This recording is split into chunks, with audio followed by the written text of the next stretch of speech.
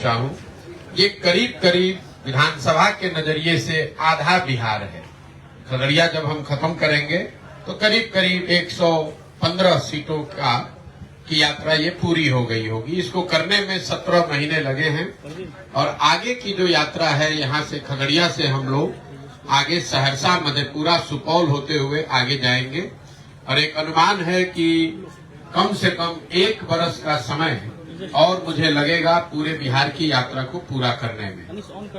पदयात्रा का जो मुख्य 3 उद्देश्य है, पहला उद्देश्य ये है कि मैंने अपने 20 वर्ष के करियर में जो अनुभव हासिल किया, पहले 10 वर्ष संयुक्त राष्ट्र संघ में और फिर बाद के 10 वर्षों में जो इस काम को मैंने किया, जिसको आप लोग राजनीतिक रणनीतिकार, चुनाव प्रबंधन वगैरह जैसे शब्दों से संबोधित करते हैं, इस 20 वर्ष के अनुभव के आधार पर मैंने ये जो आकलन किया है कि बिहार में जो हम लोग की परेशानी है, गरीबी है, पिछड़ापन, बदहाली है, इसका मूल कारण यहाँ के लोगों की राजनीतिक बंधुआ मजदूरी है।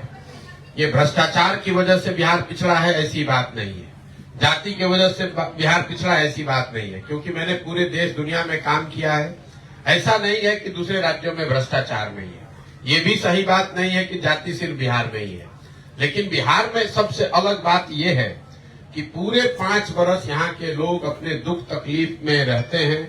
उनको पता है कि यहाँ पढ़ाई की व्यवस्था नहीं है, उपचार की व्यवस्था नहीं है, रोजगार नहीं है, सड़क नहीं है, नाली गली पानी नहीं है, रहने जीने खाने का कोई अच्छा व्यवस्था नहीं है। इन सारी बातों को जानने, समझने, झेलने के बाद भी जब लोग वोट करने जाते हैं तो पिछले 30-35 वर्षों में बिहार में अधिकांश लोगों ने सिर्फ 4 मुद्दों पर वोट किया है।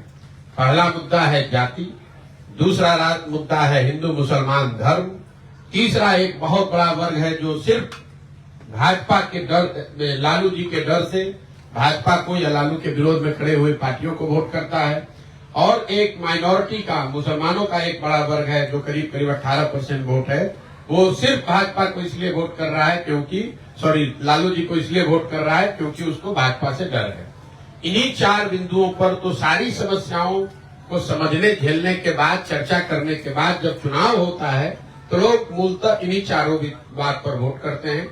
इसी सीख से, इसी अनुभव के आधार पर पदयात्रा का पहला उद्देश्य बनाया गया कि गांव-गांव जाकर लोगों को ये बताया जाए कि आपने जाति पर वोट करके देख लिया, आपने धर्म विचारधारा के नाम पर वोट करके देख लिया, अपने उम्मीदवारों को वोट करके देख लिया, आपका और आपके बच्चों का जीवन नहीं सुधरा। एक बार आप अपने बच्चों के लिए वोट करके देखिए, देश के लिए नहीं, राज्य के लिए नहीं, जाति के लिए नहीं, सिर्फ और सिर्फ अपने बच्चों के भविष्य के लिए वोट कीजिए। तो पदयात्रा का ये पहला उद्देश्य है, गांव-गांव जाना और छोटी छोटी नुक्कड़ सभाएं कर कर लोगों को ये बताना कि आप अगर अपनी बदहाली परेशानी से निकलना चाहते हैं तो आने वाले समय में वोट जिसको भी करना है कीजिए, लेकिन वोट अपने बच्चों के भविष्य के लिए कीजिए। और इसी क्रम में हम लोग जब पदयात्रा में पिछले 17 महीने से चल रहे हैं तो प्रतिदिन हम लोग 4 से 5 हर 2-2.5 किलोमीटर पर एक ऐसी जनसभा, छोटी सभा हम लोग करते हैं। दूसरा पदयात्रा का जो उद्देश्य है कि बिहार में 55% लोग ऐसा मानते हैं कि बिहार में राजद, जदयू और भाजपा कांग्रेस से अलग एक नया दल और विकल्प बनना चाहिए। इसको लेकर आधे से ज्यादा लोगों में सहमति है।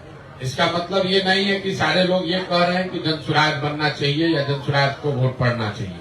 इसका मतलब सिर्फ इतना है कि आधे से ज्यादा लोग ये समझते हैं कि अभी के जो यहाँ 3 प्रमुख दल हैं, इनसे अलग हटकर बिहार में एक नए दल, नए विकल्प की जरूरत है। इसी आंकड़े के आधार पर, इसी समझ के आधार पर पदयात्रा का दूसरा उद्देश्य बनाया गया कि अगर बिहार में आधे से ज्यादा लोग चाहते हैं कि बिहार में एक नया दल बनना चाहिए, तो मैं समाज में जाऊं, लोगों की मदद करूं, उनके बीच से ऐसे लोगों को निकालूं जो नया दल बनाना चाहते हैं और उनको दल बनाने में जो मदद चाहिए, सलाह चाहिए, सुविधा चाहिए, व्यवस्था चाहिए, वो जनसुराज के माध्यम से उनको दूं। आप में से कई लोगों को ऐसा लगता है कि प्रशांत किशोर जो पहले काम करते थे, नेताओं को, दलों को सलाह देते थे, और आज जो कर रहे हैं इसमें बहुत कोई फर्क है। मैं आपको बता रहा हूं, इसमें मूलतः कोई फर्क नहीं है। काम मैं वही कर रहा हूं जो पहले करता था। पहले मैं दलों को, नेताओं को सलाह देता था, उनके दलों को व्यवस्थित करने में उनकी मदद करता था, उनको चुनाव लड़ने में मदद करता था। अब मैंने दलों और नेताओं को छोड़कर बिहार के समाज के लिए ये काम शुरू कर दिया है। लोगों को ये बता रहे हैं कि भाई आप कैसे संगठित होकर दल बना सकते हैं, आप किन मुद्दों को लेकर जनता के बीच में जा सकते हैं, कैसे आप चुनाव लड़ेंगे तो आप चुनाव जीत सकते हैं। तो पहला उद्देश्य ये है, घर घर जाकर, गांव गांव जाकर लोगों को बताना कि आप अपने और अपने बच्चों के भविष्य के लिए वोट कीजिए। दूसरा, अगर आपको लगता है कि नया दल बनाने की जरूरत है तो आइए, कंधा लगाइए, खुद दल बनाइए। पैसे की, जाति की, व्यवस्था की चिंता मत कीजिए। वो चिंता अपने भाई, अपने बेटे प्रशांत किशोर पर, जनसुराज पर छोड़िए। लेकिन अगर आपको बिहार में नया दल बनाना है तो इसमें आप साथ में आइए। और तीसरा और अंतिम जो इसका उद्देश्य है, अगर लोग सही तरीके से वोट कर भी दें, सही लोगों का दल बन जाए, उसका चुनाव हो भी जाए, तो भी बिहार की बदहाली, परेशानी दूर तब तक नहीं होगी जब तक उन लोगों के पास बिहार को सुधारने का एक विजन, एक कार्यक्रम, एक सोचा समझा प्रयास करने का आधार ना हो। तो पदयात्रा का तीसरा उद्देश्य है कि बिहार के 8,500 पंचायतों का, हर पंचायत का अलग अलग अगले 10 वर्ष में 10 वर्ष की योजना बनाना, ताकि हर पंचायत के लिए चुनाव से पहले लोगों को ये बताया जा सके कि अगर वो जनसुराज का कल जनता की सरकार बनती है, जनसुराज की सरकार बनती है, तो आपके पंचायत में उनके पंचायत को विकसित बनाने के लिए क्या किया जाएगा। और ये जो योजना हम लोग बना रहे हैं, यही वजह है कि पदयात्रा में इतना समय लगता है। अगर खगड़िया में 150 पंचायत है तो संभव है कि मैं पैदल चल के 50 पंचायत में, 60 पंचायत में जाऊं, लेकिन खगड़िया छोड़ने से पहले मैं पूरे ही पंचायतों का, 100% पंचायतों का योजना बनाने के बाद ही निकलूंगा। चाहे मैं खुद वहां जाऊं या मेरे टीम के साथी जाएं, और हर पंचायत की योजना में वहां की जो स्थानीय समस्या है उसका आकलन करके उसको सुधारने की बात, लेकिन साथ साथ 3 बातों की योजना बनाई जा रही है। पहला, हर पंचायत में बच्चों के पढ़ने के लिए विश्व स्तरीय व्यवस्था कैसे बनाई जाए। दूसरा, हर पंचायत में 800 से 1200 नए रोजगार के अवसर कैसे पैदा किए जाएं। और तीसरा, बिहार में जो खेती होती है, जो खाने वाली खेती है, इसको पंचायत के स्तर पर इसका अध्ययन करके इसको कमाने वाला खेती कैसे बनाया जाए। जैसे आप गांव देहात में देखते हैं, लोग कहते हैं कि भैया रोपनी करने आए हैं, कमाने के लिए लुधियाना जाएंगे। मतलब उनके दिमाग में है कि खेती तो वो इसलिए करने आए हैं कि बच्चों के, परिवार के खाने की व्यवस्था हो जाए। खेती को लोग कमाने का जरिया नहीं मानते हैं। इन तीनों उद्देश्य को लेकर हम लोग ये पदयात्रा कर रहे हैं। आधा, जैसा मैंने आपको भी बताया, करीब करीब आधा बिहार कर लिया है, और आधा बिहार करने में आने वाले समय में 1 से 1.5 साल और समय लग सकता है। अभी तक के पदयात्रा के जो अनुभव रहे हैं उसका मैं एक संक्षिप्त ब्यौरा आपको दे दूं। अभी तक 17 महीने में बिहार में 4,500 से ज्यादा गांव में पैदल चल के जो मैंने पाया, यहाँ की सबसे बड़ी समस्या बेरोजगारी और पलायन। कि आप कहेंगे कि भैया ये तो हम लोग को खगड़िया में बैठे बैठे पता है कि बेरोजगारी और पलायन बिहार की सबसे बड़ी समस्या है। इसके लिए पदयात्रा करने की क्या जरूरत है? पदयात्रा करने की जरूरत यह है कि जब हम लोग इतने गांव में गए तो इन दोनों समस्याओं की विकरालता का, इसके सामाजिक आर्थिक पहलुओं की समझ बनी। जैसे सामान्यतः हम लोग ऐसा मानते हैं कि जो पलायन है ये सिर्फ गरीबों का मसला है, लोग बिहार से बाहर मजदूरी करने के लिए जाते हैं। पदयात्रा के दौरान जो मैंने देखा, अनुभव किया कि पलायन एक ऐसा विषय है जिससे कोई परिवार अछूता नहीं है। जो गरीब परिवार हैं उनके बच्चे बाहर मजदूरी करने के लिए पलायन कर रहे हैं। जो मध्यम वर्गीय या समृद्ध परिवार हैं उनके बच्चे पढ़ाई और नौकरी के लिए बाहर जा रहे हैं। लेकिन बाहर तो हर व्यक्ति को ही जाना है। ऐसा शायद ही कोई परिवार है जिसमें पति पत्नी, माँ बाप, बाल बच्चे साथ में रह रहे हैं। पलायन की वजह से बिहार में परिवार की संकल्पना ही धूमिल पड़ती जा रही है। लोग ये मानकर चल रहे हैं कि जो परिवार में नवयुवक है, जो पुरुष वर्ग में का साथी है, उसको साल में 10 महीने 12 महीने घर परिवार से अलग ही रहना पड़ेगा। इसका विकरालता का आलम यह है कि जब गांव में हम लोग चले हैं, ज्यादातर गांव में बूढ़े लोग मिलते हैं, महिलाएं मिलती हैं, बहुत बड़ी संख्या में बच्चे मिलते हैं। नवयुवकों की संख्या गांव में बहुत कम रह गई है। जिन पंचायतों में बाढ़ का प्रकोप है, वहां 60 से 70% युवा आज बिहार से बाहर रह रहा है।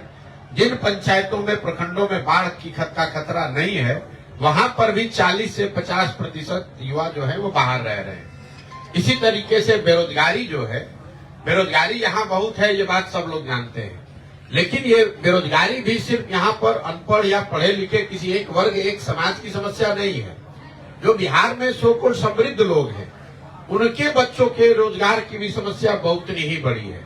मैं रास्ते में चलता हूँ तो ऐसे लोग जिनके पास 10-20 बीघा जमीन है, रोजी रोजगार है, पेट्रोल पंप है, छोटा मोटा व्यापार करते हैं, वो भी आकर अपने बच्चों के 20,000-25,000 रुपए के नौकरी के लिए भी हाथ पैर जोड़ने को लोग तैयार हैं। बेरोजगारी का आलम ये है।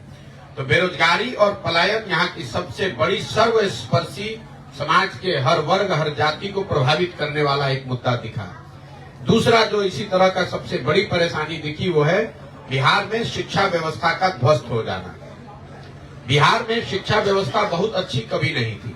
हम खुद सरकारी विद्यालय में बिहार में पढ़े हैं, लेकिन हर जिले में, प्रखंड के स्तर पर, अनुमंडल के स्तर पर 2-4 विद्यालय यहाँ हमेशा ऐसे थे, सरकारी विद्यालय, जिनमें पढ़कर आप अपना जीवन सुधार सकते थे। लोगों को मालूम है भाई MS कॉलेज है, लंगट सिंह कॉलेज है, CM साइंस कॉलेज है, पटना साइंस कॉलेज है, पटना कॉलेज है। अगर हम वहां पहुंच गए, हमारी जीवन बेहतर हो सकती है। पिछले 15-20 सालों के जो ये समतामूलक शिक्षा नीति का असर ये हुआ कि पूरी व्यवस्था ही चौपट हो गई। कई लोगों को ऐसा लगता है कि बिहार में शिक्षा व्यवस्था इसलिए खराब है कि यहाँ पर जो नियोजित शिक्षक हैं या शिक्षकों की गुणवत्ता अच्छी नहीं है। कुछ लोग ये बताते हैं कि स्कूल में खिचड़ी बंट रहा है, इसलिए बिहार में शिक्षा व्यवस्था खराब है। मैं इस दोनों बात को सिरे से खारिज करता हूँ। मैं आपको ये बता रहा हूँ, अगर सिर्फ खिचड़ी बांटने से बिहार में शिक्षा व्यवस्था खराब हुई है, तो 8वीं क्लास से ऊपर के जो विद्यालय हैं, वहां पर तो खिचड़ी नहीं बंटता है। वहां पर पढ़ाई क्यों नहीं हो रही है? अगर सिर्फ शिक्षकों की गुणवत्ता से, नियोजित शिक्षकों की वजह से ही शिक्षा व्यवस्था खराब हुई है, तो CM साइंस कॉलेज में, MS कॉलेज में, लंगट सिंह कॉलेज, पटना कॉलेज में क्यों नहीं पढ़ाई हो रहा है?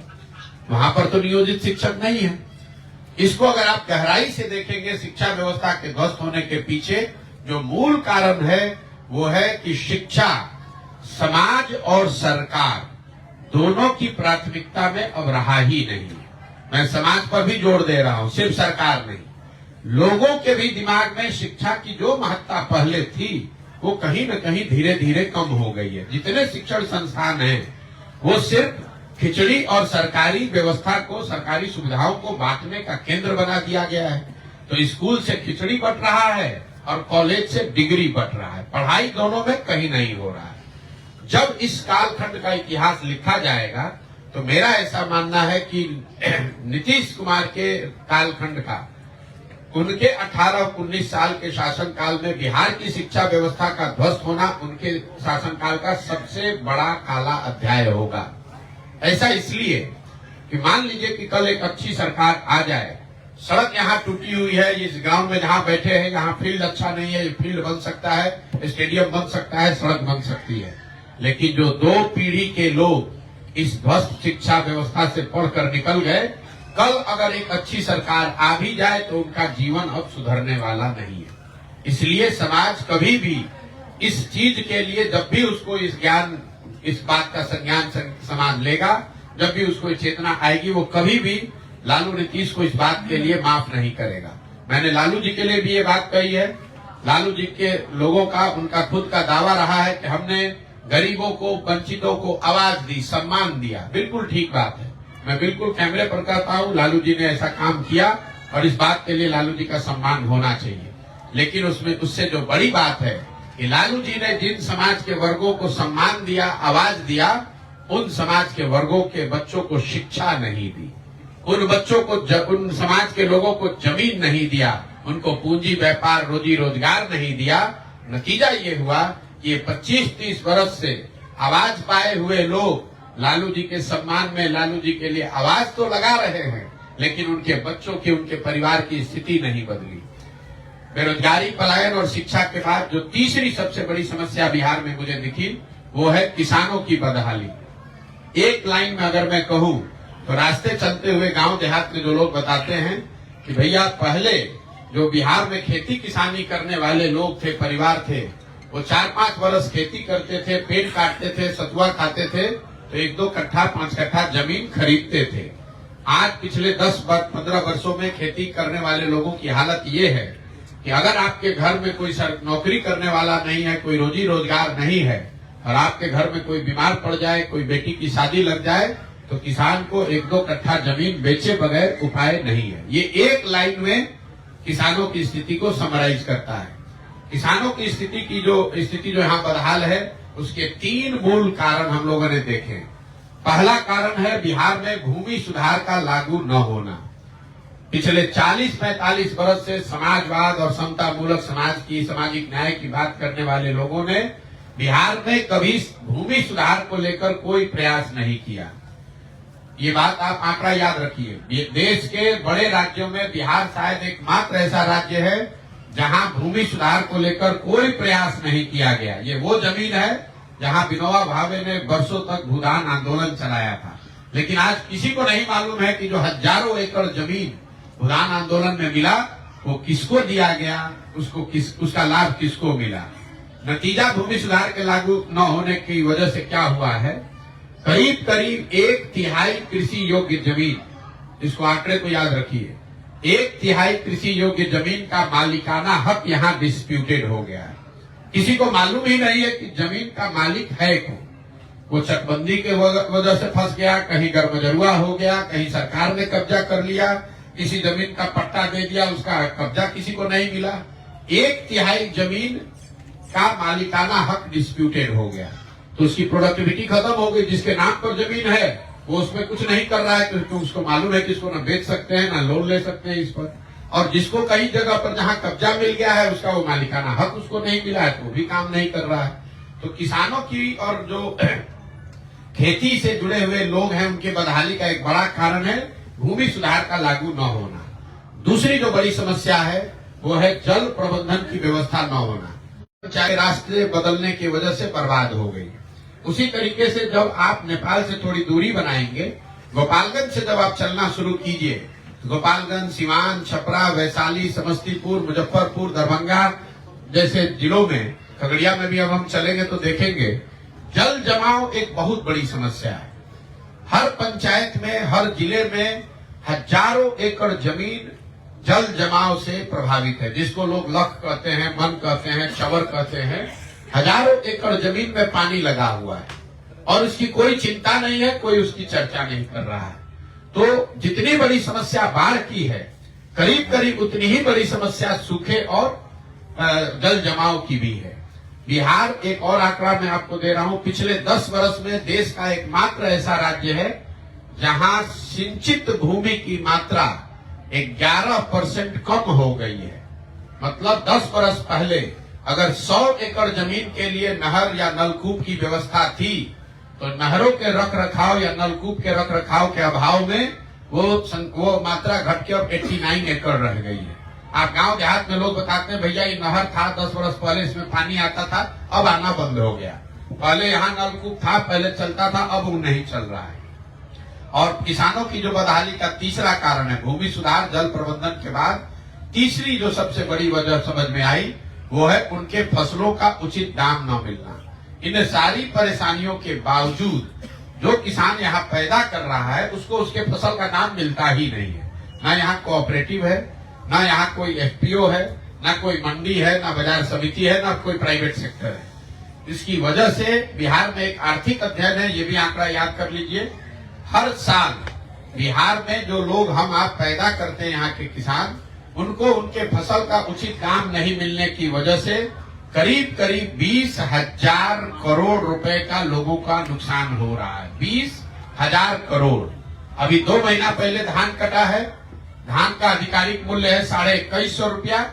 यहाँ के किसानों ने धान बेचा है 1600 में, 1700 में। कमोवेश यही स्थिति सभी फसलों की है। मैं एक और आंकड़ा आपको देना चाहता हूं। बिहार, यूपी में हम लोग समझते हैं कि पंजाब, हरियाणा में जो किसान है वो बड़ा धनी है। तो एक आंकड़ा याद रखिए, पिछले 10 वर्ष में पंजाब में 70% धान और करीब करीब 75% गेहूं सरकार ने सरकारी मूल्य पर खरीदा है। बिहार में पिछले 10 वर्ष में 13% धान और 1% गेहूं ही सरकारी संस्थाओं पैक्स के माध्यम से खरीदा गया है। सिर्फ 13% धान और 1% गेहूं ही सरकारी मूल्य पर खरीदा गया है। तो ये जो 3 बड़े मुद्दे हैं, बेरोजगारी, पलायन, दूसरा शिक्षा व्यवस्था का ध्वस्त होना और तीसरा किसानों की बदहाली, ये ऐसे मुद्दे हैं जो हर जिले, हर प्रखंड, हर पंचायत में मिले। इसके अलावा जो 4 केंद्र सरकार की बड़ी योजनाएं हैं, उसकी जमीनी हकीकत आपको बताना चाहता हूं। केंद्र सरकार की सबसे बड़ी योजना है प्रधानमंत्री गरीब कल्याण योजना, जिसमें लाभार्थियों को 5 किलो अनाज मिलने की बात बताई गई है। पूरे बिहार में अभी तक मैं जहां पर गया हूं, लाभार्थियों को 5 किलो नहीं 4 किलो अनाज प्रति माह मिल रहा है। और ये जो 20% की चोरी है, ये चोरी इसलिए हो रही है, ये कम अनाज उनको इसलिए मिल रहा है, ऐसा नहीं है कि राशन के दुकान वाले चोरी कर रहे हैं। ये 35 से 40 रुपए प्रति क्विंटल की दर से जनप्रतिनिधि और अफसर जो गरीब कल्याण योजना के अनाज आता है, उसमें ये पैसा कमीशन काटा जा रहा है। और ज्यादातर जगह पर लोग कैमरे पर बता रहे हैं कि इसमें 6 से 8 रुपए प्रति क्विंटल के दर से विधायक जी लोग भी अपना हिस्सा ले रहे हैं, चाहे विधायक किसी दल का हो। दूसरी केंद्र सरकार की बड़ी योजना है स्वच्छ भारत योजना, जिसमें लाभार्थियों को 12,000 रुपये शौचालय के लिए मिलने की बात बताई गई है। पूरे बिहार के पंचायत को ओडीएफ घोषित कर दिया गया है। मुखिया जी और अधिकारियों ने साथ में सिग्नेचर करके बताया कि ओडीएफ हो गया। मैं 4,500 गांव में पैदल चलने के बाद ये आपको कैमरे पर बता रहा हूं कि 2/3 से ज्यादा गांव में जहां हम गए, वहां पर खुले में शौच आज भी जीवन की सच्चाई है। ऐसा इसलिए हुआ है कि शौचालय की योजना में 2,000 रुपए प्रति शौचालय अफसरों ने पैसा लिया, उसमें जनप्रतिनिधियों ने पैसा नहीं लिया है। शौचालय की योजना में 2,000 रुपए प्रति शौचालय अफसरों ने पैसा लिया। एक ही शौचालय के बगल में खड़ा करके 4-4, 5-5 परिवारों के नाम पर पैसे निकाले गए। किसी ने इस बात की चिंता नहीं की कि शौचालय बना कि नहीं, उसका उपयोग हो रहा है कि नहीं। तीसरी केंद्र सरकार की बड़ी योजना है प्रधानमंत्री आवास योजना। अभी तक 17 महीनों में जो लोग मुझे मिले हैं, ज्यादातर लोग इंदिरा आवास योजना की बात करते हैं। प्रधानमंत्री आवास योजना के तहत जिसमें 1,40,000 रुपया लाभार्थियों को मिलना है, उस योजना के लाभार्थी तो बहुत संख्या में है ही नहीं। ग्राम सभा को जो ये अधिकार था, वो अधिकार वापस ले लिया गया, तो किसी को ये घर नहीं दे सकते हैं। लेकिन जिन कुछ लोगों को प्रधानमंत्री आवास योजना का लाभ मिला भी है, उनको भी 25,000 से लेकर 40,000 रुपए प्रति लाभार्थी घूस देना है। जहां पर जनप्रतिनिधि पैसा नहीं ले रहे हैं, वहां पर भी 20 से 25,000 रुपया अफसर तो अपने हिस्से का लेगा ही लेगा। अगर जनप्रतिनिधि भी पैसा ले रहा है तो लाभार्थियों को 35 से 40,000 रुपया देना है। और इसकी पूरी व्यवस्था इतनी बढ़िया बनी हुई है कि आपका नाम लिखने के लिए 1,000 रुपया, आपके घर का फोटो लगाकर भेजने के लिए 2,000 रुपया, पहला किस्त जारी होगा तो उसमें 11,000 रुपया, मतलब पूरी एक व्यवस्था इसकी बनी हुई है। चौथी जो केंद्र सरकार की बड़ी योजना है, वो है मनरेगा की। इस योजना ने मुझे सबसे ज्यादा आश्चर्यचकित किया है। मैंने जब चलना शुरू किया तो मेरा अपना अनुमान था कि बिहार में जितने बड़ी संख्या में भूमिहीन लोग हैं, मजदूर हैं, बाहर लोग जाते हैं मजदूरी करने, तो मुझे हर गांव पंचायत में मनरेगा का काम होता हुआ सक्रिय काम दिखेगा। अभी तक मुझे कोई भी मनरेगा का सक्रिय काम 17 महीना में दिखा ही नहीं। लोग राह चलते हुए ये बताते हैं कि भैया ये मिट्टी भरा गया है मनरेगा में, कुछ लोग बताते हैं कि ये पेड़ लगाया गया मनरेगा में, या आंगनवाड़ी सेंटर या जो पंचायत भवन है उसमें मनरेगा के मजदूरों का उपयोग किया गया है। लेकिन मनरेगा का सक्रिय काम अभी तक मुझे नहीं दिखा है। इसको जब मैंने आंकड़ों में देखा तो पिछले वर्ष मनरेगा में बिहार सरकार का यूटिलाइजेशन है 39%।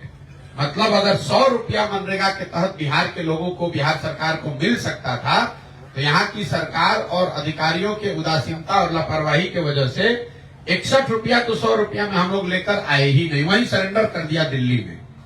और जो 40 रुपया आया, उसमें मनरेगा में 40 से 50% की दर से कमीशन काटा जा रहा है। तो कुल मिला जुलाकर 100 रुपया में 25 रुपया ही मनरेगा के नाम पर जमीन पर पहुंचा है। ये 4 केंद्र सरकार की योजनाएं हैं। इसके अलावा जो राज्य सरकार की बड़ी योजना है उसकी जमीनी हकीकत मैं आपको बताना चाहता हूं। 7 निश्चय के अंतर्गत जो बड़ी घोषणाएं की गई थी, बड़ी योजनाएं बनाई गई थी, उसकी जमीनी हकीकत ये है कि जो पहली योजना थी बेरोजगार युवाओं को 18 से 35 साल के बेरोजगार युवाओं को हर महीने 1000 रुपए की मासिक सहायता, अभी तक इस योजना को ना शुरू किया गया, ना इसका कोई लाभार्थी मुझे मिला, ना कोई अफसर या कोई जनप्रतिनिधि या कोई पत्रकार बंधु भी इसका बात ही नहीं करता है।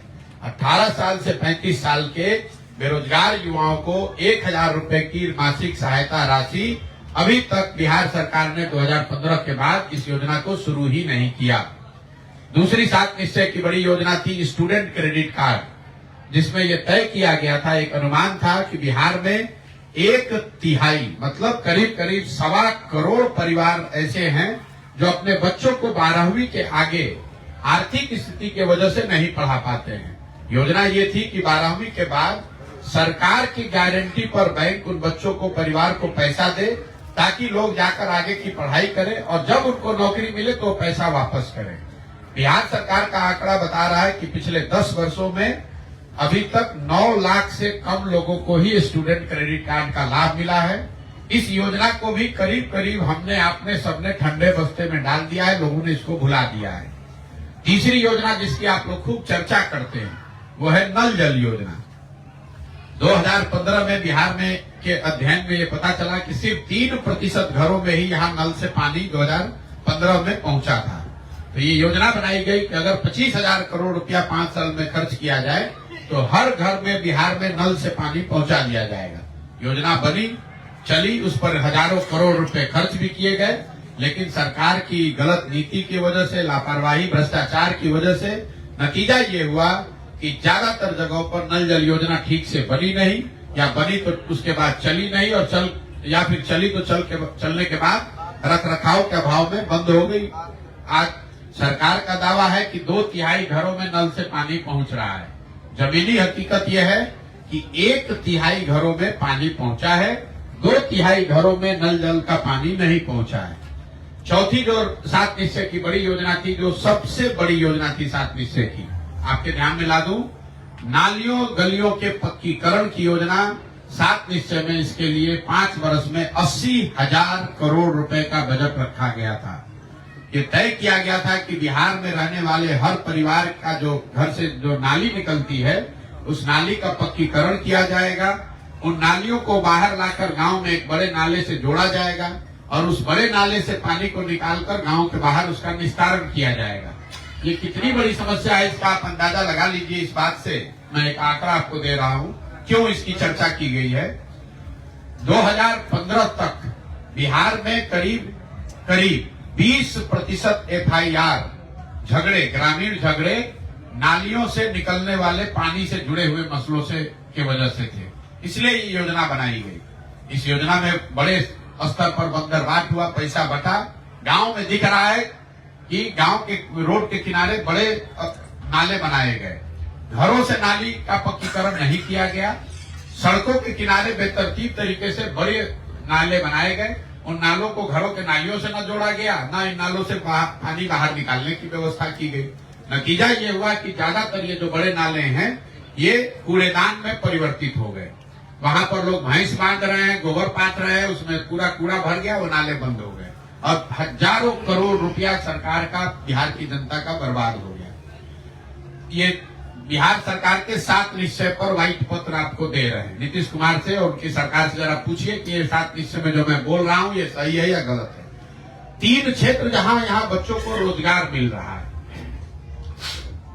यहाँ फैक्ट्री उद्योग तो कोई है नहीं, नौकरी का कोई साधन है नहीं, लेकिन नीतीश कुमार के अपराधियों के जंगल राज में 3 ऐसे क्षेत्र है जहां मैंने देखा युवक काम पा रहे हैं।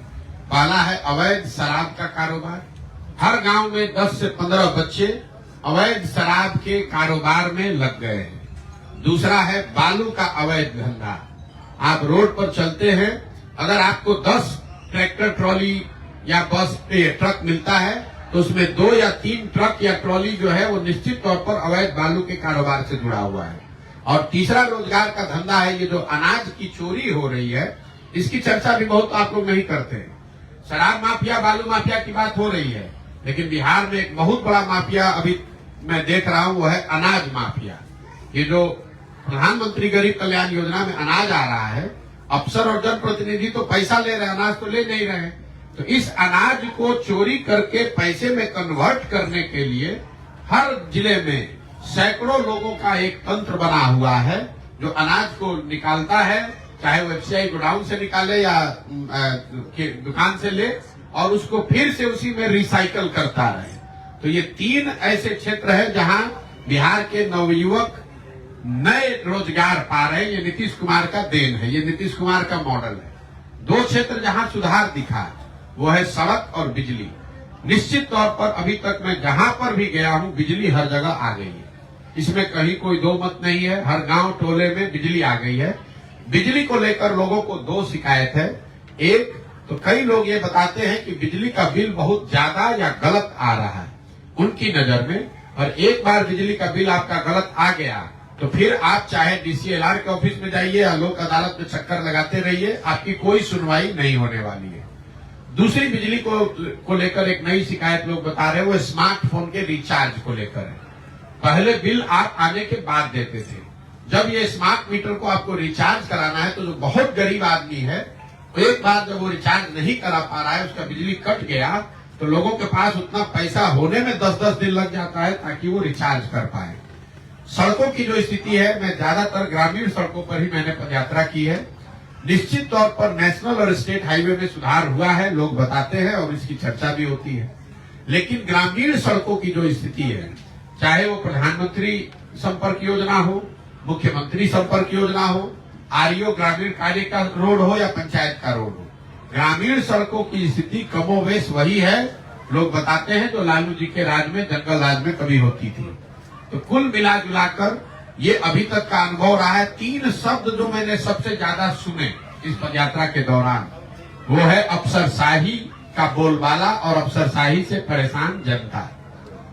दूसरा शब्द है सरकारी विभागों में फैला हुआ भ्रष्टाचार, और तीसरा सरकारी योजनाओं में काटे जाने वाला पीसी। अफसरशाही, भ्रष्टाचार और पीसी, ये 3 शब्द सबसे ज्यादा सुने गए। समाज का हर वर्ग ये बता रहा है कि सरकार को जनप्रतिनिधि नहीं बल्कि अफसर चला रहे हैं, चाहे आप गरीब हैं, अमीर हैं, अगड़े हैं, पिछड़े हैं, सामान्य आदमी हैं, जनप्रतिनिधि हैं, अफसरों की आगे किसी की चलने वाली नहीं है। अफसरों का जंगल राज है, ये जो नीतीश कुमार का राज है, ये अफसरों का जंगल राज है।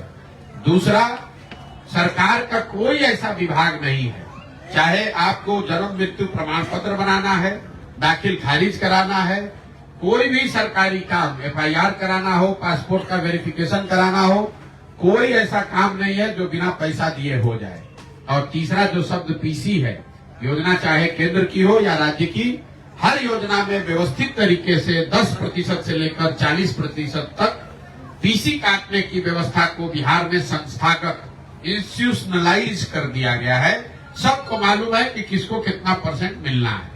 तो अभी तक का ये मेरा अनुभव रहा है। अब आपके जो सवाल है वो आप सवाल कर सकते हैं। बहुत बहुत धन्यवाद। जंगल राज की आपने चर्चा की जी, इस पे आपकी क्या है? नहीं, जंगल राज की चर्चा इसलिए की कि चलते हुए मैं रामनगर में एक हमसे नाई समाज का एक व्यक्ति मिला, तो लोगों ने बताया कि भैया इनकी राजनीतिक सूझ बहुत अच्छी है, इनसे जरा पूछिए कि बिहार में क्या दशा है। तो मैंने उससे पूछा कि ये बताइए कि लालू जी और नीतीश जी के राज में क्या फर्क है। तो उसने बहुत अच्छी बात बताई। मैंने जब पदयात्रा शुरू की थी तब, उसके बाद तो लोगों ने और बताया कि भैया लालू जी के राज और नीतीश के राज में फर्क कुछ नहीं। आप लोग बिहार जेएल के चैनल को लाइक करें, सब्सक्राइब करें और कमेंट करें।